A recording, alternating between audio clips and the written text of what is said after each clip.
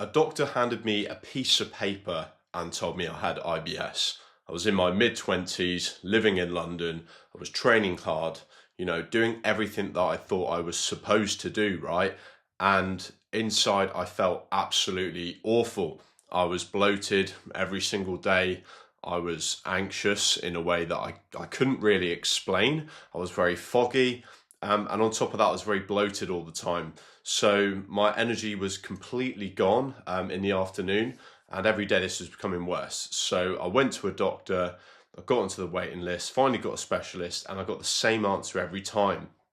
So had this, here's some information about the low FODMAP diet, off you go, right? No root cause, no real explanation, just this kind of label and like a leaflet. So I tried low FODMAP, it helped a little bit. It was enough to kind of like take the edge off, but it didn't actually fix everything. It just kind of managed the symptoms. And I didn't want to manage it. I wanted to obviously understand it. I wanted to fix it. So I got very frustrated enough to actually figure it out myself. And what I found completely, when I say completely, changed everything. It changed my life, not just my gut, my hormones, my energy, my body composition, literally everything. So in this video, I'm going to show you exactly what I did. And if you watch this video to the end, this is the only gut health video that you will ever need. So let's get into the video. All right, so let me give you some context because I think it really matters in this situation. So I was in London in my mid-20s, very high-paced lifestyle, very high stress. I was maybe going out a bit more than I should have been. And I was in a situation that was kind of quietly draining my energy every single day. So I was training in the morning and then running on caffeine and adrenaline for the rest of the day. And on paper, it looked like someone who had it together, right? I was training hard, I was eating relatively well, I was doing the right things, but my body was telling me a completely different story. The bloating was the most obvious thing. I'd wake up relatively flat, and by midday I looked like I'd swallowed a football, right? I'd train and I'd eat well and still look very soft, and I couldn't figure this out. And then there was the anxiety. And this is the thing nobody really talks about. It wasn't starting in my head, it was starting in my body. This low level dread sitting in my stomach before my brain had even had chance to think a single anxious thought. And I didn't understand it at the time, and now I understand it completely. Here's what my doctor never told me, and honestly, what most people in the health and fitness space completely overlook. Your gut isn't just a digestion problem. A compromised gut makes you less impacted by the good stuff and more impacted by the bad stuff. That line is literally from a gut health researcher. I can't remember what his name is, but it is the most accurate framing that I've ever heard. So let's look at what actually happens downstream when your gut is compromised. So hormonally, low testosterone, estrogen dominance, adrenal dysfunction, right? This is why men with gut issues often look very soft regardless of how hard they train. Their hormones are suppressed at the source. So when we look at that cognitively, things like brain fog, anxiety, ADHD symptoms, right? Your gut produces more serotonin than your brain does. So when your gut is inflamed, that signal is going to your brain is a very distressed signal. And you will know what that feels like. You feel it as anxiety. You feel it as a low mood. And that kind of sense of something is wrong when nothing obvious is. Okay, so when we move on to metabolically, that could be fat gain, insulin resistance, chronic fatigue, poor recovery, right? You're eating well and you're training hard and your body just isn't responding. And this is usually why. And then moving on to autoimmune, joint pain, food sensitivities, this systemic inflammation, all of it is tracing back to the same root. And I can tell you now, nothing will move the needle until you address the gut, right? Everything else is surface level. So let me show you exactly why your gut is destroying your testosterone, because this is the mechanism that a lot of people have never seen laid out properly. So I'm just going to go through that with you here today. So step one, your gut lining becomes compromised. The tight junctions, the little seals between your gut cells, they start to break down. Then moving on to step two, endotoxins, technically called LPS, they leak directly into your bloodstream. This is what people mean when they talk about this leaky gut. This is a real thing, and it's also measurable. Step number three, your immune system. Your immune system detects these endotoxins and triggers systemic inflammation throughout the body. And then moving on to step four, that inflammation then activates your stress response, and then your cortisol level goes up. And then step five, and this is the one that destroys your physique goals. This high cortisol directly suppresses testosterone production. So your body is in this survival mode. It doesn't care about muscle. It doesn't care about leanness. It literally just cares about staying alive. And then moving on to step six, you look soft, you feel foggy, you have no drive, despite training hard all the time, despite eating well, despite doing everything right on paper. And this was me for years, and nobody would connect the dots. So here's the reframe that changed everything with me, right? IBS is not a diagnosis. It's just a very vague description that the doctors have just made up. It's their way of saying, we've run the standard tests, nothing obvious came back, and here's a very simple label that's just going to cover it. Once I understood that, I stopped looking for someone to fix me, and I started taking it into my hands, right? I was looking for what was causing the problem in the first place, because this is it. Most gut problems are not caused by something missing. They're caused by something that you are doing every single day that is attacking your gut lining, disrupting your microbiome, and keeping your digestive system in a permanent state of low-level emergency, right? You cannot heal a gut that is already being attacked every single day. And this is where a lot of guys get it wrong. They add probiotics and they add supplements and digestive enzymes on top of the thing that's causing the problem in the first place, right? That doesn't work. Trust me, I've been there. You're just fighting against a losing battle with this. So let's get into the next slide. So this protocol that I'm going to walk you through has 3 stages, and the sequence is absolutely everything. So if we start here, we want to cut first, and then we want to rebuild second, and then align third. And we want to do it in that order every single time. Now we want to cut what's breaking it first. Before you add anything, we want to remove what's causing the damage. And then the rebuild, we want to fix what's broken, you know, things like real food, obviously, real inputs, and repair the lining from the inside out. And then number 3, living closer to your biology. I talked about this in the previous video. I'm just checking this is on. Yes, it is on. But this is going to happen over time, right, with consistency. There's no hacks, no shortcuts, and just having that patience to go through it. So let's go through each one. So stage 1 is to cut, right? We don't want to add anything. We're not taking another supplement. Just stop whatever is making your gut worse. So to start off, you may have heard this already, see it for very good measure, but getting rid of seed oils completely. So vegetable oils, sunflower, rapeseed, anything packaged, these drive inflammation at a cellular level, right? They damage your gut barrier, they feed pathogenic bacteria, and they're in almost everything processed. So check the back of whatever you're eating right now, and I guarantee that you'll find one. So we want to replace that with things like ghee, butter, tallow, good quality olive oil, and real fats your body actually recognizes. And then moving on to number 2, artificial sweeteners. Now, getting rid of all of those aspartame, sucralose, stevia, diet sodas, sugar-free energy drinks, most pre-workouts, flavored protein powders, really, like, the list goes on with these. Even some of the electrolyte powders have them as well. So go home, or if you're at home right now, check yours right now, and I almost guarantee that they will have sweeteners in it. These directly disrupt your gut bacteria and increase intestinal permeability, right? They're marketed as the healthy option, but they are not, believe me. The third one is stop eating in fight or flight. This one is less obvious, but it might be the most important one.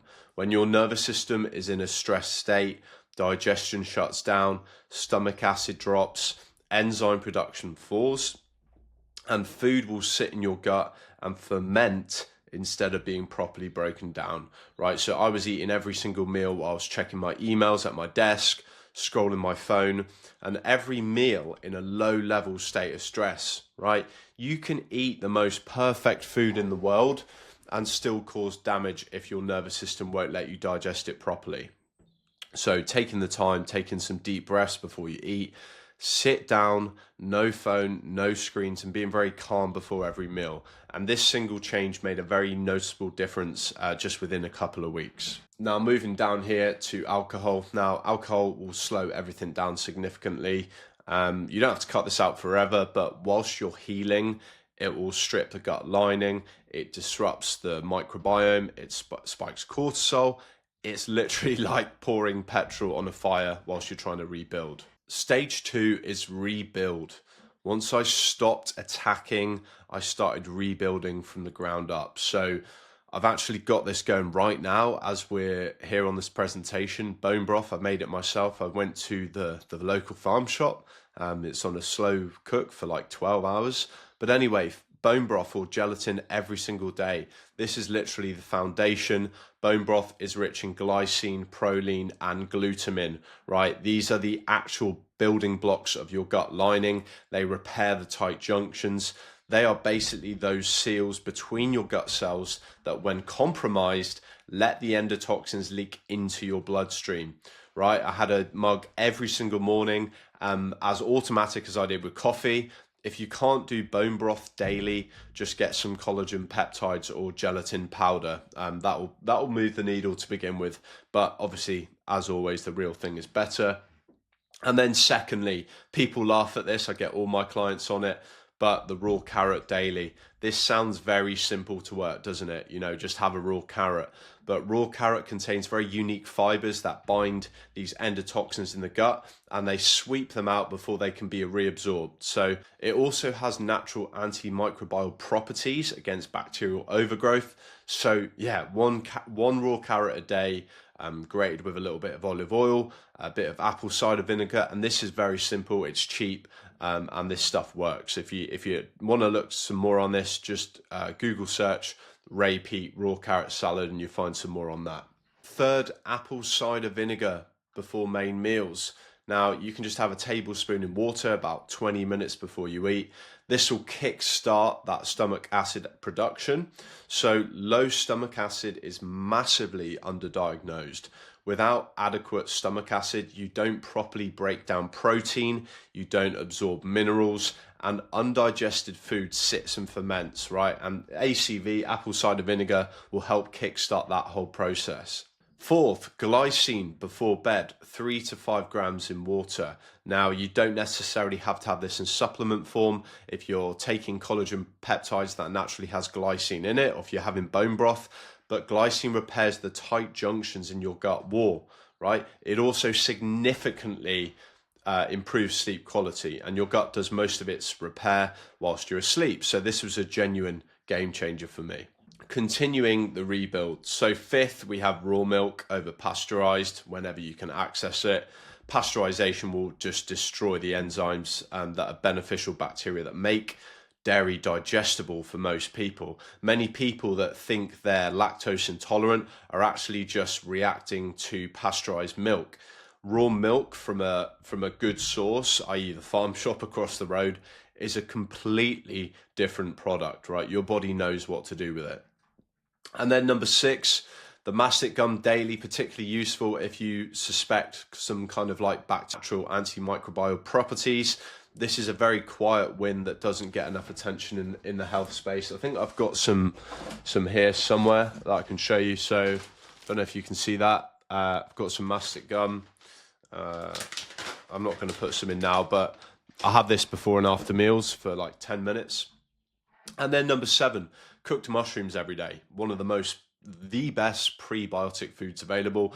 This feeds the beneficial bacteria in your gut without the fermentation issues that come with other sort of prebiotic fibers. So we don't want to have them raw, just make sure they're thoroughly cooked.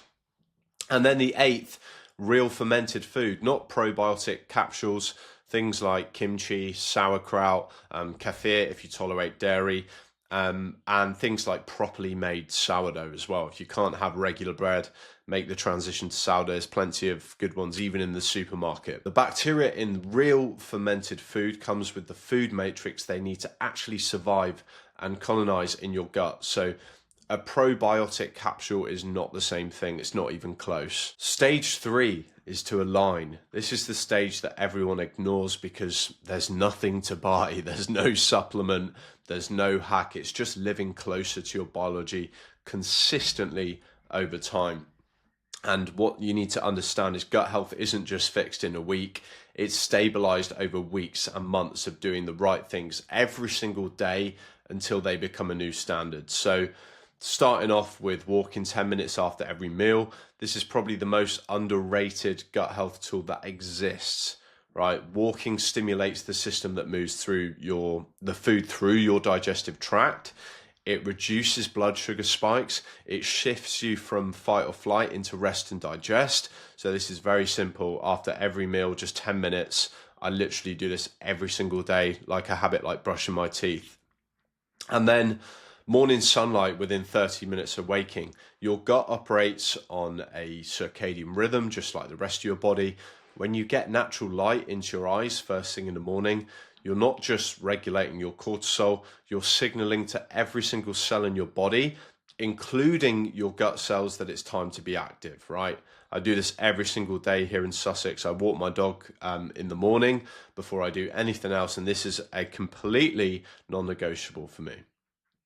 And then stop eating 2 to 3 hours before bed, right? Your gut repairs itself whilst you sleep. So if you're feeding it right before you go to sleep, you're interfering with that repair cycle. So finish eating 7 or 8 in the evening when you can, at least 2 or 3 hours before you go to bed.